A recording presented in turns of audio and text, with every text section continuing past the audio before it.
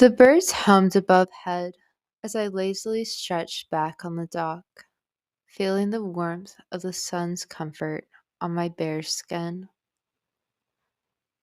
The lake was an old haunt of mine when I used to stay at my grandparents' during the summer. The echo of laughter still lingered in my mind as I closed my eyes in remembrance of summer nights long since past. It was in the drunken nights at Lake Afton, roasting marshmallows over the fire, surrounded by strangers that only knew the parts of me that I swore my life to those many years ago. The times were simpler then, back when we were still teens, uncaring of real world woes, and concerned only with the fiction that we created in our own heads, of who liked who didn't make the cut, and of what life would be like when we were adults, and how we would be nothing like our parents. I liked being in Kansas, living in a small town and shedding my old persona, at least for a little while. There, I was loved, known, and intriguing, like an alluring whisper that belonged to the season. Back home, no one saw me the same way that they saw me here. Back home, I was a bit of a loser, someone that no one would dare ask out. So, of course, it came as a surprise to me when Lawrence came along. Lawrence was older than me by 3 years, which was a big deal when you were in high school. A recent graduate compared to me on the verge of junior year. He was a friend of someone's older brother, and something about the way he carried himself pulled me in like a magnetic force. I was used to the boys my age, but the way he carried himself made everyone else seem incredibly dull and childlike in comparison. I did everything to catch his attention, from wearing lower cut shirts to putting on more makeup and choosing to sit by him whenever there was an option. However, as hard as I tried, he didn't return my efforts. At least, not at first. During a group sleepover at my friend Tanya's house, the topic of boys and who we liked got brought up in conversation. The first question was directed at me, asking if there was anyone that I had my eye on. I lied, telling them that I was only there for the summer and that it seemed kind of pointless to get involved with anyone because of it. And that's too bad, Haley giggled. Someone told me the other day that they had a big crush on you, but they weren't sure if they should try and make a move because you would be gone in a few weeks. My cheeks burned crimson, giving away my feelings. Who? Oh, so you do like someone. The girls all giggled. Are you gonna tell me who? I want to know if you have a guess first. Who do you want it to be? Um, I have no idea, honestly. My first guess would be Seth, but I don't know. The girls all laughed even louder than before. OMG, not Seth! He's not exactly into girls, if you know what I mean. I did know what she meant, and it was why I said his name. There was something about me having a crush on Lawrence that felt taboo, like it was my little secret that belonged to me that no one else was allowed to know. It's James! He's been talking about you nonstop. I can't believe you can't tell. The two of you talk all the time. And it would be so cute if you two would date. You're so little and he's so tall. I was so jealous when he told me, but he's already dated like half of the group already, so I'm not surprised he's going after you now. Really? I asked, trying to make it seem like I was interested even though I wasn't. Yep, I'm telling him that you want to go on a date right now. I rolled my eyes and played up the gag further, still thinking about Lawrence. I kind of have a thing for Lawrence, said Hannah. He's just moody and sulky, And there's something about how he doesn't engage with any of us that is kind of hot. Like, he thinks he's too good for us, but still hangs around. Ugh, lucky Isabelle. I've lived in this town my whole life, and no one ever as much as glanced at me. And then she comes around and gets literally the hottest playboy. I've had a few conversations with him over Facebook Messenger, but we can never make it past that stage. He just acts like he doesn't even know who I am in person. My jealousy peaked then, and I wanted nothing more than to be messaging him that moment, to stop talking to all of these girls about who liked who, and just be with him, Lawrence.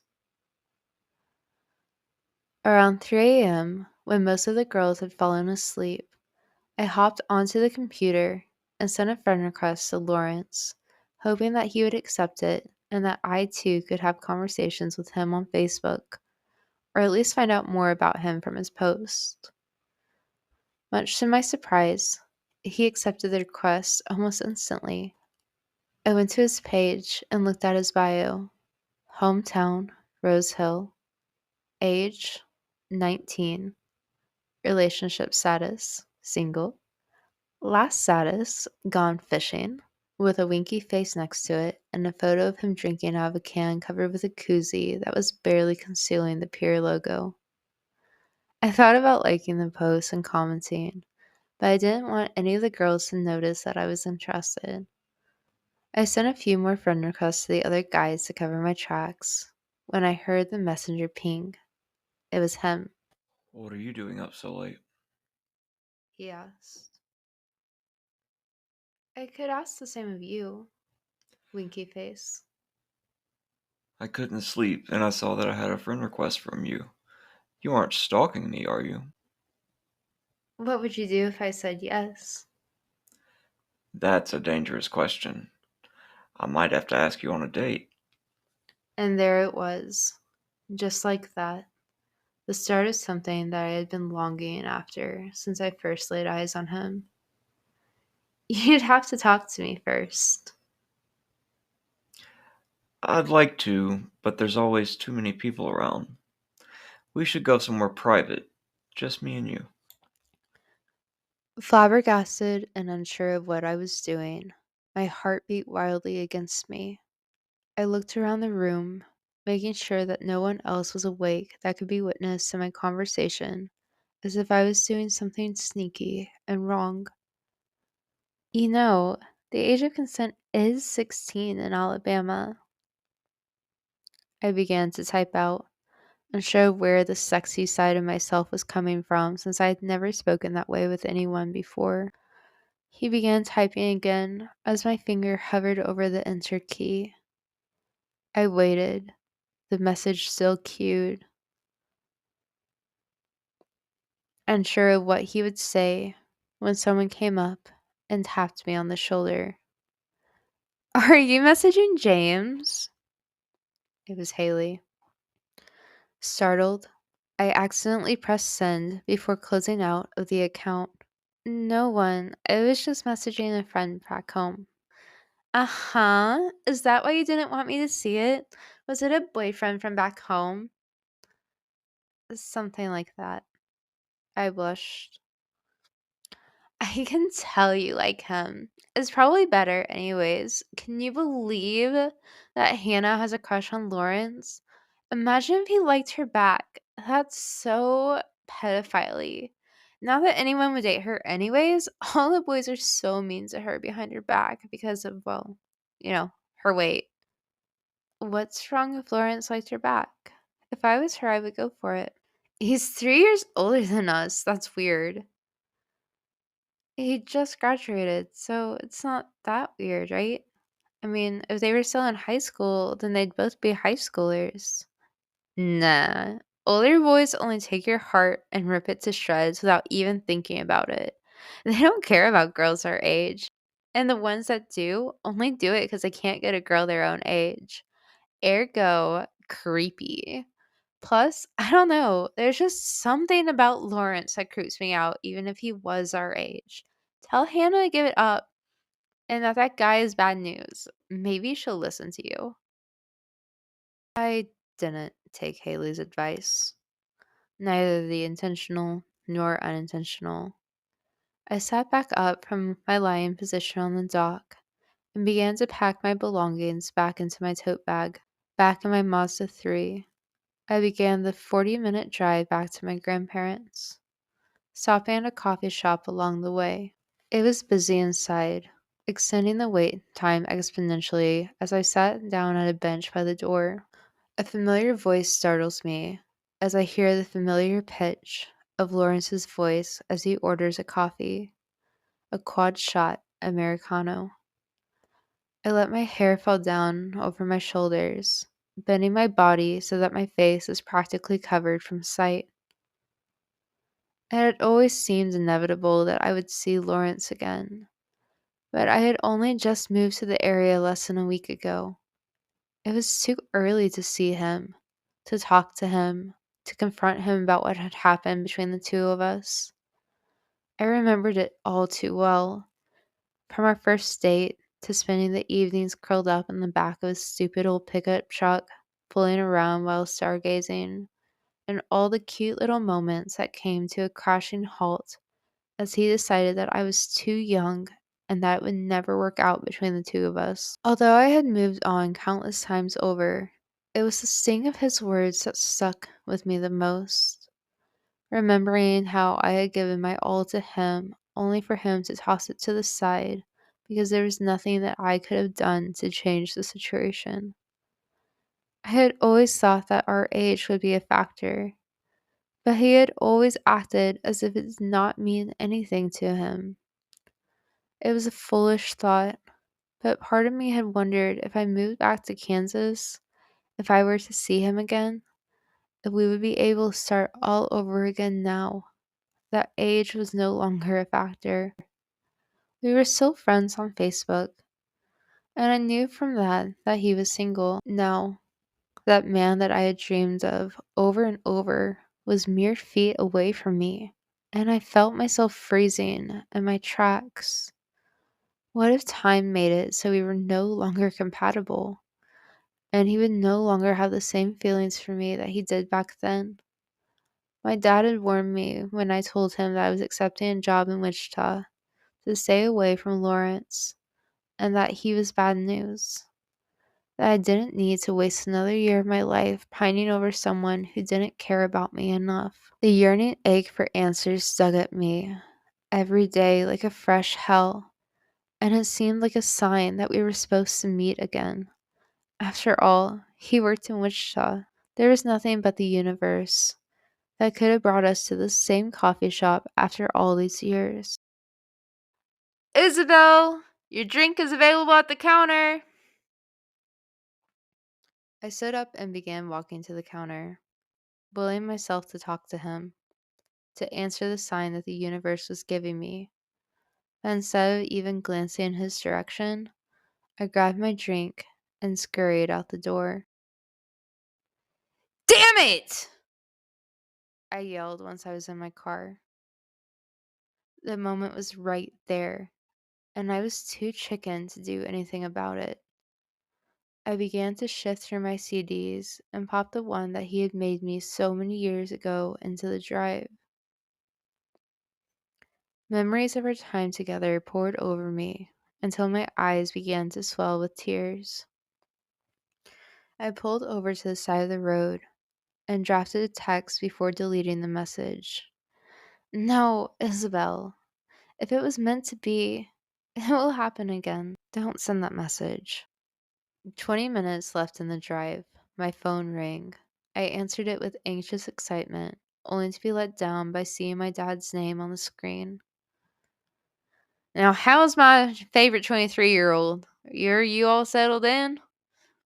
Dad, I'm 21. You know that. 21? Well, aren't you supposed to be off having fun at the bar? What are you doing moving across the country and into a house all by yourself? Dad, I just wanted to check on you, baby girl. Remember what I always tell you. You aren't allowed to date until you're at least 28. I hung up the phone quickly, which I almost immediately regretted. Even though I had such fond memories of spending time in Mulvane during the summers, The town felt so empty now that my grandparents had passed. I had thought about messaging old friends and seeing if they would want to hang out. I was afraid that they would offer to help me move in, and I wasn't ready to share the house with anyone, at least not yet. I wanted the house to still feel like my grandparents and not mine, for at least a little while longer. The faster I moved in and placed my stuff along the house, the sooner it would feel as if I were erasing a part of them stored in the house's memory. The idea of preservation was so strong that I didn't even announce on Facebook that I had moved out of state and accepted a job. As far as anyone besides the neighbors knew, I was still in Alabama. That night, a message popped up that interrupted the show I'd been watching on my phone. It was from Lawrence. Hey, you weren't anywhere near Clearwater today, were you? The last message I sent to him was above the current, dated 4 years back on November 12th, 2009, with no response. Please, Lawrence, don't shut me out. I'm gonna be back in town for Thanksgiving, and all I want is to see you. I don't care about seeing my family. I just want to see you. Can we talk about what you meant? I miss you so damn much. This isn't fair. You can't just break up with me because of our age. You said you loved me. Was it all just a lie? That message had come out in a wave of desperation. And although I showed all of my friends our correspondence, how he had broken up with me through text and all the messages that he ignored, it was not the end of our story. In a moment that I'm still not proud of, I showed up at his house unannounced and desperate for the answers that he had not provided. I wanted to know if I had done something wrong, if there was something that I could have done differently. It was an uneasy thought, but part of me wondered if choosing to save myself until marriage had anything to do with it. I knew that he had had sex before, and I wondered if that was something that he was expecting from me. I wondered if the girls his age were easier, and that's why he started saying things like we might be fine if I were a little older, even though he had known my age from the very start. His mom beckoned me in, saying that it was always nice to have a friend of Lars's around, and that he would be back from the shop in about 30 minutes if I wanted to stay and chat. Initially, I wanted to leave. I felt anxious and stupid for coming to his house like that. But his mom was insistent, and she beckoned me inside and started telling me stories as she pointed at the photos on the shelves. Oh, just look at this one. This is my favorite of Lars. Back when he was younger, can you believe that he used to be so athletic? You wouldn't believe it now with how lanky he's gotten, but he had a strong arm back in his t-ball days and nearly made varsity when he was in high school. If it weren't for that little bit of trouble that he got into with the captain, I think he would have made it. But that's school politics for you. Hey, say, I haven't seen you around in a while. Are you back permanently? Thank you. It's good to see you too. But I'm just visiting for Thanksgiving. That's lovely. Speaking of lovely, look at him sitting on his bed. Can you imagine him being so little? He was just a little tyke with glasses and the cutest rosy cheeks. We talked for a little while longer as the time grew later and later. Did Lawrence know you were coming? It seems unlike him to be late, especially for you. I would have thought he would be here waiting for you if he knew you were around. Maybe I got the date wrong. I'll call him. Excuse me a minute. I looked at my phone and pretended like I was making a call outside. After about 5 minutes had passed, I turned on my car and whipped out of the driveway, passing his truck along the way. He never reached out to ask about what I was doing at his house. I thought at first that his mom had understood more than she let on, and that somehow he had missed the fact that it was my car driving by. It wasn't until a few days later that I realized that I had left behind crucial evidence that he couldn't ignore: my homemade red scarf with my name embroidered on it. His message was still sitting on red. I needed to say something. I didn't want him to think that this was another incident like the time with the scarf. How could I have been so stupid back then? I sighed. I could just lie, but then he would know that I moved here eventually, and then wouldn't that look that much more suspicious? Yeah. Sorry, that was me. I don't want you to think that I was stalking you or anything. I just didn't know where we stood and I didn't want to make things awkward. But I guess I already did. There went the message. I stared at it with complete disbelief. You dumb idiot. If you thought you were young and immature back then, this isn't going to do anything to help your chances now. You look nice. I wasn't expecting to see you, or else I would have said something. Are you visiting? No, I actually just accepted a job here and I live at my grandparents' house now. Oh, I've got to go, but let's catch up sometime. Did I mention that you look really good? A smile crept over my face as I typed sure in reply. Had I really just been asked on a date by Lawrence? Was this really happening? I pinched myself to make sure as a girly squeal escaped my lips. And he thinks I look really good. I felt giddy with excitement, like I was back in high school all over again. Lawrence and Isabelle. Isabelle and Lawrence. Future Mrs. Lawrence Burton. Friday, he called me. He said that he should be getting off work early and that he wanted to see me if I was available. I said yes, eagerly, which made him laugh. You've not changed one bit. It's cute how excited you get. I'll call you later on today, I promise. 3 p.m. A text message came through. Hey, sorry, we were busier than I thought today, but I should be off work soon. I haven't forgotten about you, I promise. 4 p.m. Nothing. 5 p.m. Nothing. 6 p.m. Still nothing. I called his cell and heard his familiar ringback tone before the call went to voicemail. Nervously, I rocked back and forth in the rocking chair as I wondered if I was making the same mistake as I had years ago. I called again at 7 p.m. and then at 8 p.m. before sending a text message. Are you okay? There was no response as I downed one glass of wine after the other until eventually I dozed into a restless slumber. 7 a.m., and there was still no response. Determined to not let Lawrence ruin my day, I sent a text through clenched teeth. Hey, I hope you're okay. Let me know what happened whenever you get a chance.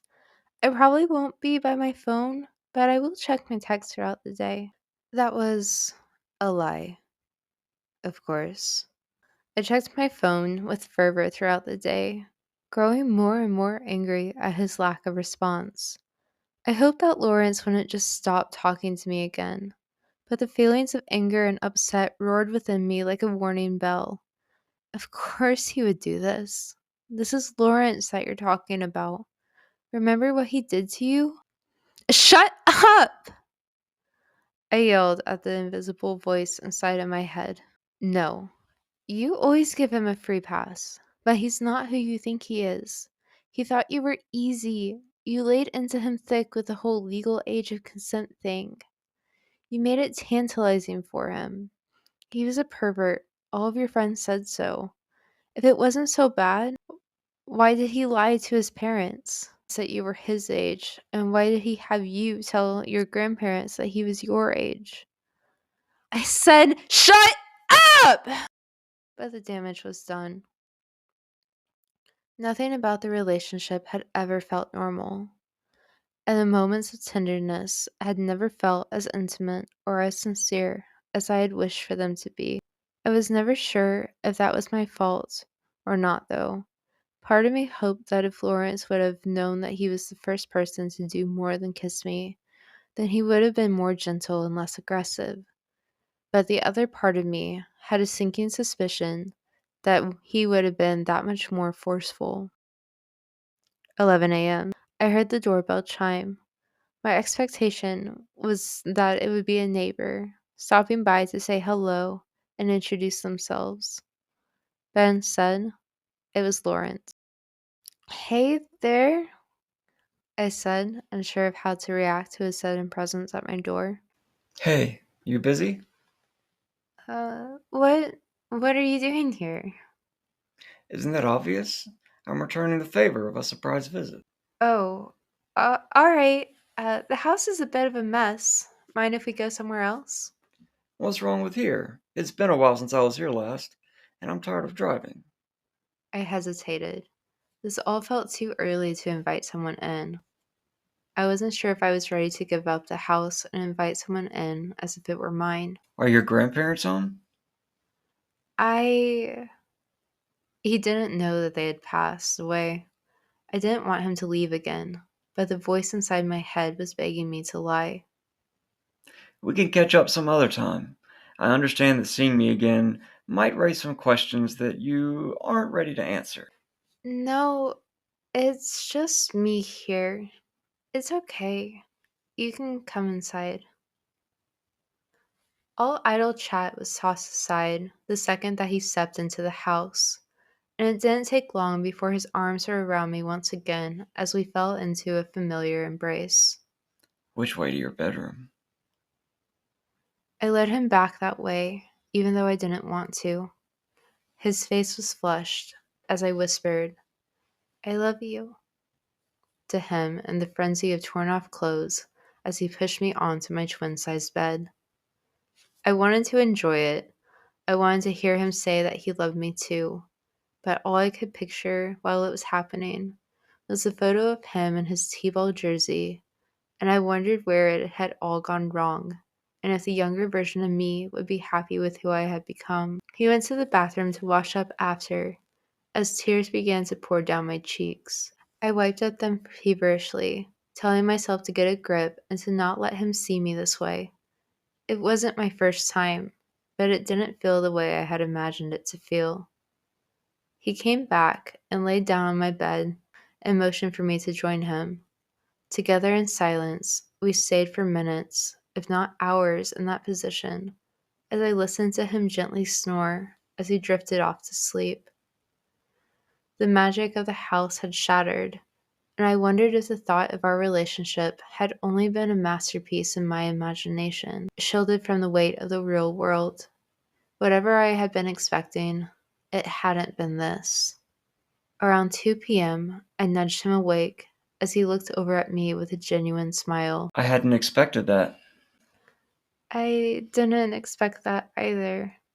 Are you busy tomorrow? There's a place I want to show you today, but we might not get back until late. No, but why didn't you call me last night? I thought we were going to meet up. I'm sorry. I didn't get done working until about 6:30, and it takes an hour to get home. I was so exhausted that I almost crashed on the way, and my phone was dead. I passed out as soon as I got home and felt like shit when I woke up this morning and saw all your calls.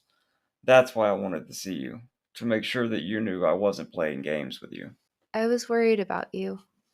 I know, and I'm sorry. Let's get some food and get on the road. You might want to pack an overnight bag depending on how you feel after. Where's this place?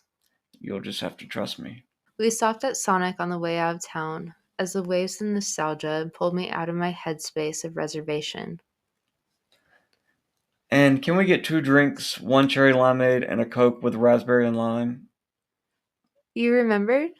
Of course I did. How could I forget such a ridiculous order? Oh, shut up. We drove down country roads for hours on end, with the windows rolled down, just as we had done so many times all those years ago. On multiple occasions, I had to yell at him to stop as he nearly missed the red while looking at me.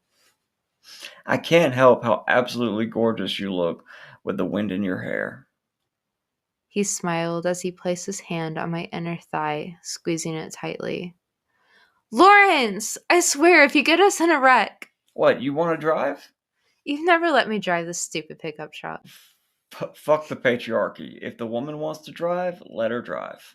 You're so stupid. Being with him felt like a moment that was paralyzed in time, I wanted to ask him if he thought of me as much as I thought of him, and of what he meant when he said that I was too young, and if he thought we had a chance now. But I didn't. I didn't want to mess things up again. As the sun was setting, he turned onto a dirt road shrouded by trees that cast shadows on the road. We're nearly there, I promise. He said as his fingers crawled up my upper thigh, traced the letters MINE onto my exposed flesh, making me flinch slightly in anticipation of what was to come. We parked outside of a hunter's cabin, and he looked at me and smiled. So, what do you think? It's nice. Is this your family's house? Sort of. I bought it off a distant relative who had no use for it any longer. It's not much now, and it needs a lot of work, but I think if I work hard on it, that it will be a great place to raise a family one day. I smiled, picturing the two of us there together with kids of our own. That would be really awesome if you could do that, Lawrence. I mean it. Thank you. You're the first person I've ever brought up here, but I knew you'd give me your honest opinion. Do you think I'm foolish, or do you think it's possible? I mean, it is sort of out in the middle of nowhere, so you'd have to think of schools. But it's possible. Can we see the inside? Yeah, and don't worry, I've got food here and have already gotten the electricity and plumbing set up. It's just the infrastructure that I'm a little bit nervous about. If you have electricity and water, then that sounds like a good start. Are you hungry? I can whip us up some food. I say yes as we go inside. The place was small, but it seemed comfortable enough for a small family to live there, and there was even a basement that could be converted into a bedroom if one was needed. Lawrence began cooking while I acted as sous chef. We listened to music on his phone because mine was dead while we cooked and while we ate, and I found myself falling harder for him and imagining the life that we could have together. Lawrence, this is really nice of you to have brought us here. Can I ask why I'm the first? You know me, Isabelle. You know me better than anyone else. If anyone is going to have confidence in me, I knew it would be you. You have never given up on me, not after all this time. I've needed you. I really missed you. It was a fucked up thing, what you did. You shattered my heart into a million different pieces when you broke up with me. But I'm so happy that it's over now and that we can finally be together. What do you mean? Do you not remember? I mean, I know that it's been several years, but I still remember it. I remember it all too well. But I knew that it wasn't the end of our story. Silence hung over the room as I waited on him to say something in return. I think there's been some sort of misunderstanding. I like you, but I'm not interested in you that way. There was a reason that we broke up, and I don't see us dating again. But this morning, you showed up at my house. You've called me gorgeous. I let you fuck me. Yeah, and I'm sorry. I thought you knew this was just casual. There's someone else that I've been seeing. What the fuck, Lawrence? Hey, if anything, it's me that should be angry. I can't believe that you came back here and that you stalked me all the way to Clearwater. Do you have a tracker on my phone or something? I can't believe I thought you'd be mature enough to handle this. I'm sorry that I led you on. I couldn't help it. You still look just the same as you did back then, and I don't know. Something just happened. Can you grow the fuck up and get over me already? It's bad enough that you showed up at my house like some sort of stalker, but moving to this area and thinking that I would just fall for you again is pathetic. Anger flooded over me in that moment. All the years that I had spent wondering what would happen, how my daddy had warned me, how his damn ringback had warned me, and how the voice in my head had told me that it was a mistake. I couldn't believe that I had been so vulnerable with him, that I had let him into my grandparents' home, and that I had ever let him touch me. We can keep this a secret. I'll take you back and no one needs to know. That's the fucking issue, Lawrence. You want to treat me like I'm some secret, but I've kept you like a goddamn oath. I'm just being honest. Fuck your honesty, I yelled as my fist struck his chin. But I was weak, and he was so much stronger than me. It's been 3 months since I've seen him, and that I've been sucked down in the basement where he left me.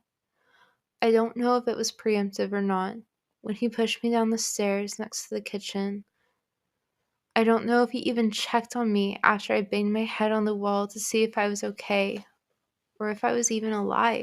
All I know is that it's been 3 months since I woke up in a heap on the stairwell, with dried blood on the back of my skull, and that I was downstairs in a basement filled with rations, papers and pens for me to write with, photos of us, a working bathroom, and a four-post bed with my red scarf tied around one of them.